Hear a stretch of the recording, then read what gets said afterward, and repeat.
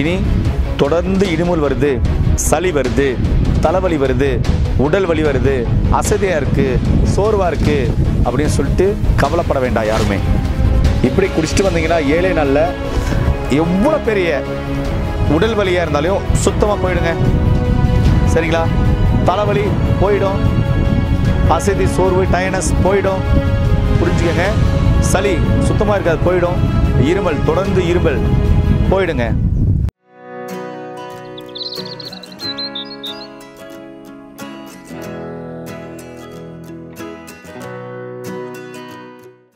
இயற்கையை மருந்து சேனலுடைய மேலும் பல பதிவுகளை தெரிந்து கொள்ள இந்த சேனலை சப்ஸ்கிரைப் செய்யவும், பெல் பட்டனை அழுத்தவும்.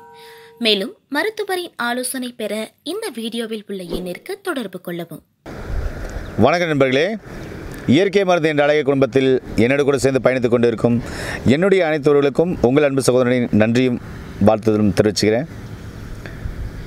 நிறைய பேர் இந்த ஐயா தொடர் இருமல் இருக்குது, சளி இருக்குது, தலைவலி இருக்குது, சோர்வு, அசதி, டயர்னஸ் இருக்குது ஐயா, ரொம்ப ரொம்ப உடல் வலி இதெல்லாம் இருக்குது, இதுக்கு ஏதாவது வீட்டு ரெமெடி சொல்லுங்கள் அப்படின்னு சொல்லி கேட்டிருந்தீங்க. ரொம்ப அருமையான ரெமெடி இருக்குது. அந்த அருமையான ரெமெடி என்னென்னு சொல்ல போகிறேன். 7 நாளில் நான் சொல்கிற கஷாயத்தை நீங்கள் காலை மாலை குடிச்சிட்டு வர இப்போ சொல்லியிருக்கிற தொடர்ந்து இருமல், சளி, தலைவலி, அசதி, சோர்வு, டயர்னஸ், உடல் வலி எல்லாமே குணமாயிடுங்க. என்னன்னு பார்க்குறீங்களா? ஒரு 20 இனுக்கு அருகம்புல் எடுத்துக்கோங்க.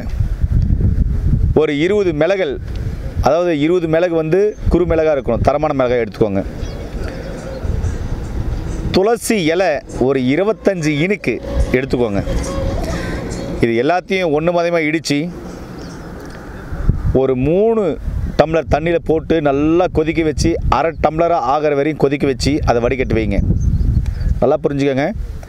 அருகம்புல் 20 இனுக்கு எண்ணிக்கை, குறுமிளகு 20, துளசி இலை 25 இலை எல்லாத்தையும் இடிக்கிறீங்க. ரசத்துக்கு பூண்டு இடிக்கிற மாதிரி இடிக்கிறீங்க.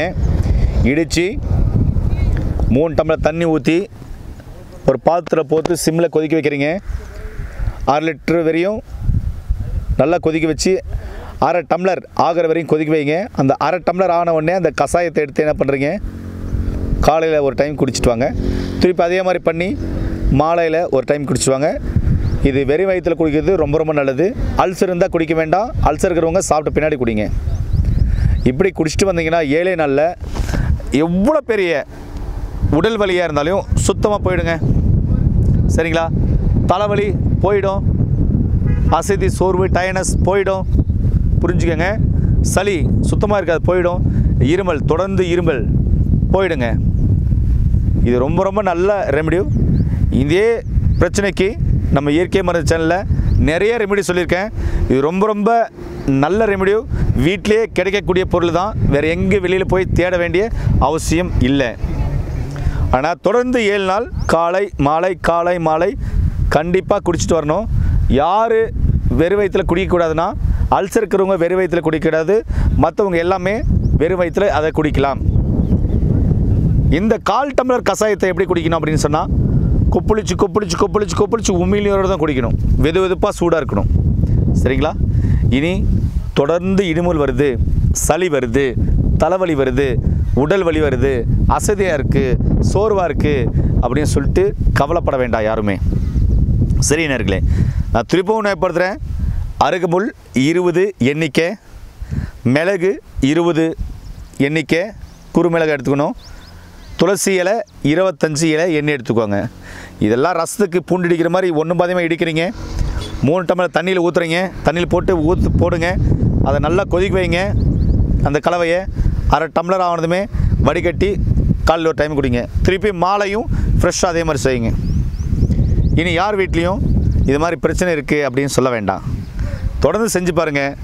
7 நாளில் முழுதுமாக நீங்கள் விடுதலை ஆயிடுவீங்க. சரி நண்பர்களே, மீண்டும் இன்னொரு பதிவோடு உங்கள் அனைவரையும் சந்திக்கும் வரை உங்களிடத்திலிருந்து விடைபெறுவது உங்கள் குடும்பத்தில் ஒருவனாக உங்கள் அன்பு சகோதரன் நாராயணதாஸ். நன்றி, வணக்கம்.